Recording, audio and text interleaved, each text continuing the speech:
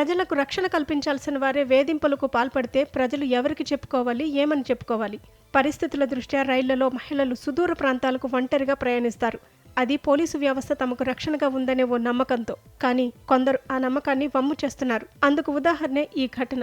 చెన్నై నుంచి కోయంబత్తూరు వెళ్తున్న ఓ విద్యార్థినిపై ఓ head constable లైంగిక వేధింపులకు పాల్పడిన ఘటన తీవ్ర కలకలం రేపింది. ప్రయాణికుడిగా ఉన్న ఆ పోలీసు తనతో అసభ్యంగా ప్రవర్తించాడని బాధితురాలు ఆరోపించింది. ఈ ఘటన రాష్ట్రంలో మహిళల భద్రతపై మరోసారి తీవ్ర ఆందోళనలకు దారితీసింది.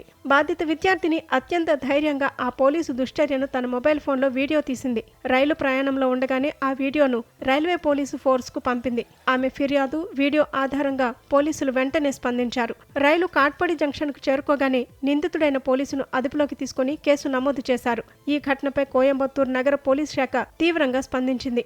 ఆర్ఎస్పురం పోలీస్ స్టేషన్కు చెందిన సదరు హెడ్ కానిస్టేబుల్ను విచారణ పూర్తయ్యేంత వరకు సస్పెండ్ చేస్తున్నట్లు ప్రకటించింది. ప్రస్తుతం ఈ కేసు కాట్పడి రైల్వే పోలీసుల వద్ద ఉందని, వారు విచారణ జరిపి చట్ట ప్రకారం చర్యలు తీసుకుంటారని ఓ సీనియర్ పోలీస్ అధికారి వెల్లడించారు. ఆరోపణలు రుజువైతే కఠినమైన క్రమశిక్షణా చర్యలు తప్పవని అధికారులు స్పష్టం చేశారు.